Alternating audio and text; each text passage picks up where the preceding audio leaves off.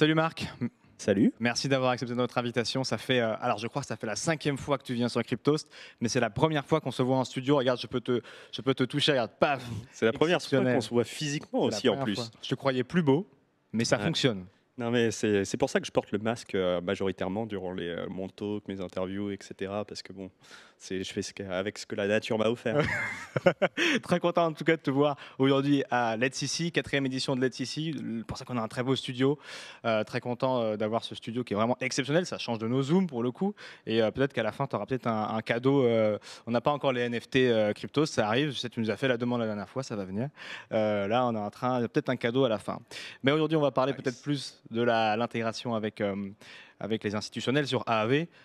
Voir un petit peu le positionnement qu'ont les instituts en ce moment sur le testnet que vous avez mis en place, et puis avoir ton avis un petit peu aussi sur tout ce qui se met en place aujourd'hui. C'est vrai que c'est la première question que je vais te poser. Toi, tu es là dans la crypto à l'époque, effectivement, vous aviez quelques chips et 2 cacahuètes, et c'était bien suffisant. Et désormais, bah, c'est voilà, tous les logos qu'on voit là, il y a même le beau logo AAV dans le coin. C'est beaucoup plus de gens, beaucoup de Français, et ça fait plaisir de se retrouver aussi nombreux dans des événements où il y a autant de choses qui se passent. Ouais, ça fait du bien aussi après, et on est encore en partie dedans, les événements de l'année dernière, etc.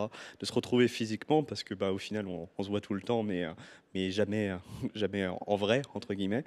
Et c'est bien de voir cet engouement. Il y a un mème dans l'écosystème de dire que la finance décentralisée, c'est le futur de la France, parce que il y avait eu ce lapsus entre finance et France dans une interview, et ça avait fait marrer tout le monde, et on avait repris le truc.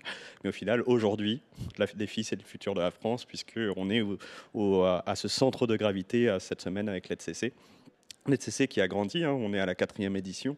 La première chose qu'on a fait avec Ethereum France, que j'ai eu la chance de cofonder avec Simon, Jérôme, Bettina, etc., il y a quelques années, on en avait commencé petit grâce à l'Ethereum Foundation à l'époque.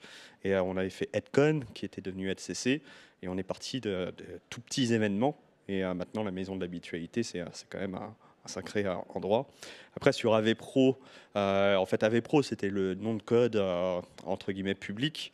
Depuis hier et le meetup, le vrai nom a été officialisé par Stani, notre CEO. Ce sera AV Arc. Cette idée de l'arc, c'est l'arche en anglais. C'est l'idée de faire le pont entre la finance décentralisée et le monde traditionnel. Et donc le produit Arc sortira. Il est prêt techniquement à 100%. Il existe, comme tu l'as dit, sur des réseaux de tests où il n'y a pas d'enjeu financier, mais c'est la même technologie depuis quelques semaines, et les acteurs institutionnels jouent avec ce réseau de tests, et avec grand plaisir. Il n'y a pas eu énormément de formation à faire, ils s'y sont habitués assez facilement. Et on est à 90% de l'achievement là-dessus, d'un point de vue conformité et paperasse. Voilà, tout simplement. Donc il y a bon espoir qu'on voit le produit Arc sortir cet été, clairement. Ce qui est assez amusant parce que effectivement, ça fait plaisir de se revoir en vrai, mais mine de rien, avec tout ce qui nous est arrivé là, les mois qui viennent de s'écouler, il y a eu beaucoup de choses qui se sont passées dans l'écosystème. Particulièrement, je pense pas que la dernière fois que tu es ici, il y avait autant d'argent dans la DeFi, et je pense pas que tu pouvais effectivement traverser. Je pense que tu pouvais, pardon, traverser être ici sans te faire arrêter tout le temps. Maintenant, c'est plus possible avec CM qui a explosé, et toutes les chaînes aussi ont explosé. Il s'est passé beaucoup de choses finalement ces quelques mois. Exactement.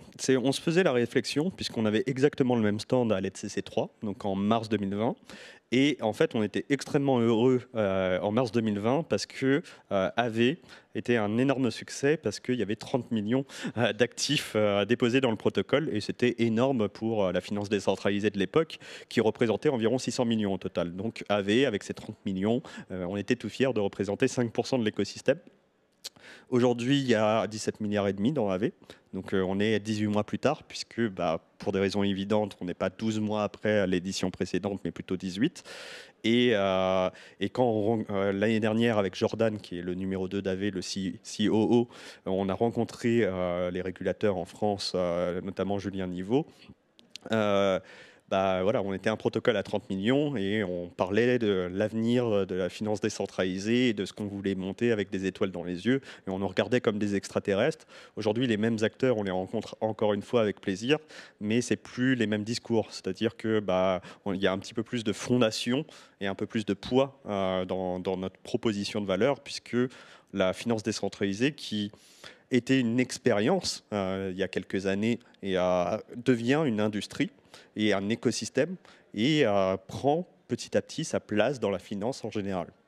Donc justement, c'était le cœur de notre échange. Ce matin, il y avait Stani qui faisait un call, enfin une conférence ce matin à Laetitia. Il y avait aussi une petite conférence plus intime avec les Français tout à l'heure.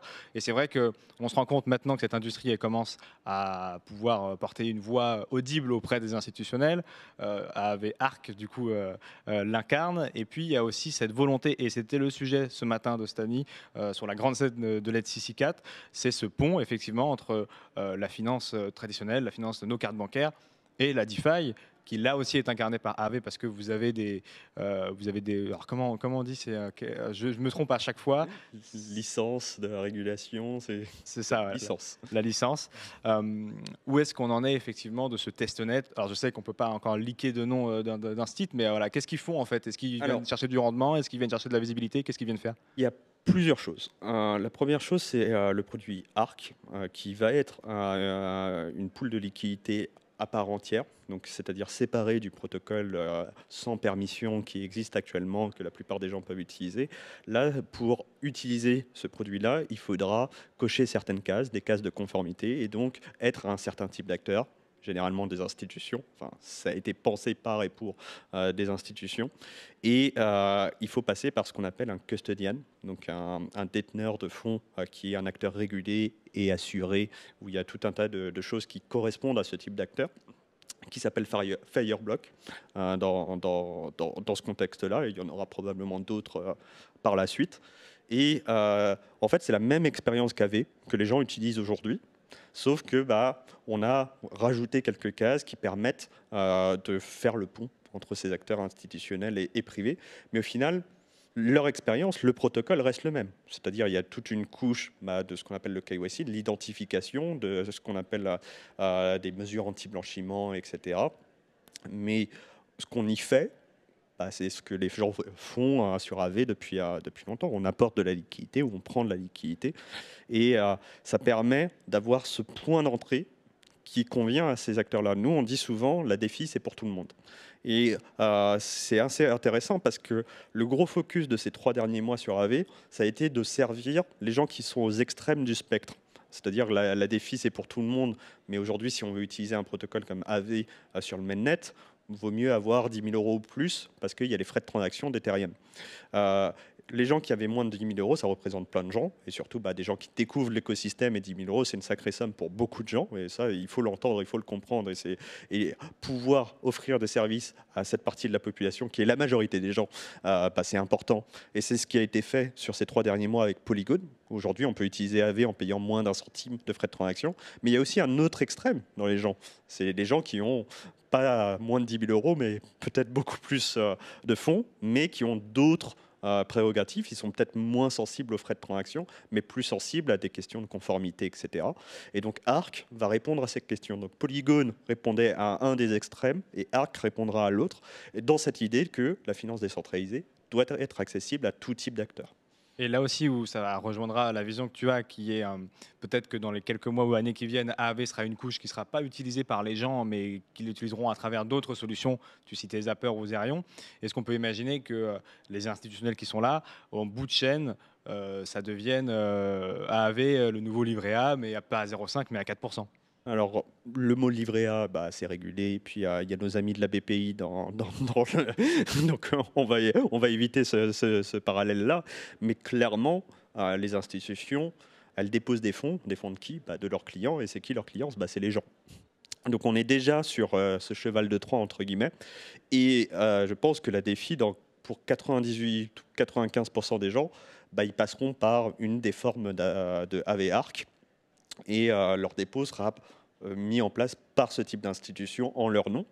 Mais là où c'est extrêmement important pour moi, c'est que sur la finance décentralisée, pour la première fois, on a le choix en tant que personne, entre particuliers ou même entités. On a le choix entre passer par ces intermédiaires et avoir tous les bénéfices d'une zone de confort de régulation, d'avoir des systèmes d'assurance, etc.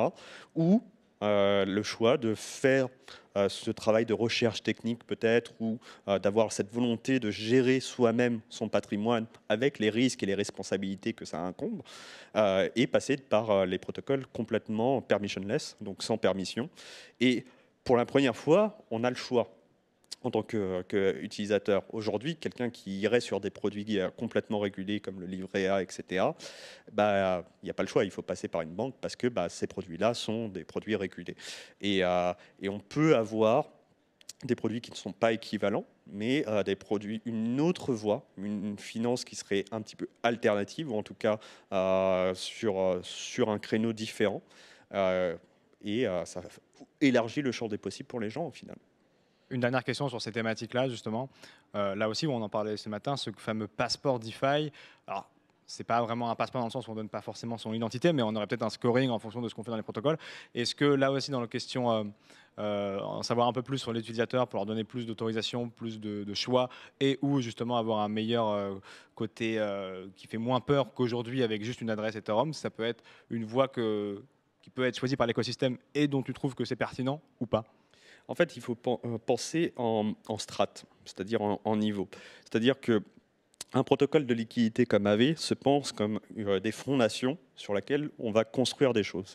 Et en fait, ces fondations doivent être le plus neutres possible, puisque c'est tout l'intérêt de la finance décentralisée, c'est qu'on soit dans une décentralisation où que un utilisateur qui va utiliser Aave, s'il a 100 $ ou 1 million de dollars, sera traité avec les mêmes règles du jeu. Et en fait, avoir une identité, ce qu'il y a souvent, ou un passeport DeFi, etc., ce que ça implique, c'est qu'il y a certaines personnes qui auront un deal A qui sera mieux ou moins bien qu'un deal B. Et ça, on sort de l'éthos de neutralité absolue de la finance décentralisée, mais ce n'est pas sans valeur ajoutée de faire ce genre de choses.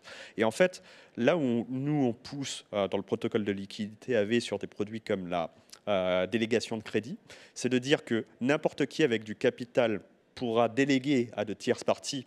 Et en fait, n'importe qui, c'est aussi des protocoles. Aujourd'hui, les plus gros utilisateurs d'Aave sont des protocoles. Ce ne sont pas des gens. Ce ne sont pas des gens avec des millions de fonds, mais c'est des tas de gens qui utilisent un protocole qui lui-même va utiliser Aave. C'est plus ces empilements de strates ou ces briques de finances décentralisées qui s'empilent entre elles.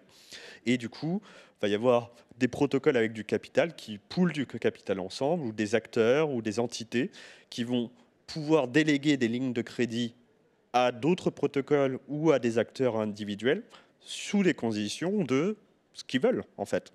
Et si on a une couche, des fondations qui assurent une parfaite neutralité, une décentralisation où il n'y a personne qui peut appuyer sur un bouton stop ou dire cette personne, je ne suis pas trop d'accord avec ce qu'il fait parce qu'il vient de là ou qu'il fait ceci et cela, on a ces fondations qui sont solides et incensurables. Et on peut créer tout un tas de services qui rentreront dans le spectre entre la finance traditionnelle, la finance centralisée, la finance décentralisée. Parce que dans le monde réel, il y a différents types d'acteurs qui ont différents types de besoins. Et du coup, il faut différents types d'offres. Donc, les institutionnels ont leur place dans la DeFi. Il n'y a pas de vraie guerre parce que tu sais, quand par exemple des gros incites étaient rentrés dans le Bitcoin, on avait aussi une crainte. Là, pour toi, ils ont totalement leur place sous les règles que tu viens d'établir aujourd'hui. Exactement. Et ce qui est important pour moi, c'est que la couche des fondations, que ce soit les protocoles de liquidité ou les protocoles d'échange de liquidité comme Uniswap, etc., soit le plus neutre possible. Et en fait, si on part sur ces bases de neutralité absolue, de décentralisation, on peut créer des choses au-dessus qui seront centralisées ou pas, mais on reste sur le middleware, donc cette couche qui est le centre de gravité, qui est parfaitement décentralisée. Et là, on garde cette plus-value qu'offre la finance décentralisée, qui est l'auditabilité, la transparence et l'égalité des acteurs entre eux. Trop bien. Merci beaucoup, Marc, d'avoir encore une fois répondu si bien à nos questions sur Cryptost et encore une fois en live à l'ETHCC qu'on aura fait vivre tout le long à nos viewers et à nos auditeurs et surtout à nos lecteurs. Tu es aussi un mordu de Cryptos, je le sais. Exactement. Et comme c'est ma 5e interview avec vous, je suis à mi-chemin parce qu'au bout de 10 interviews, j'ai le droit à un kebab. C'est la carte de fidélité. C'est la carte de fidélité. Merci beaucoup, Marc. Merci. À bientôt. Salut.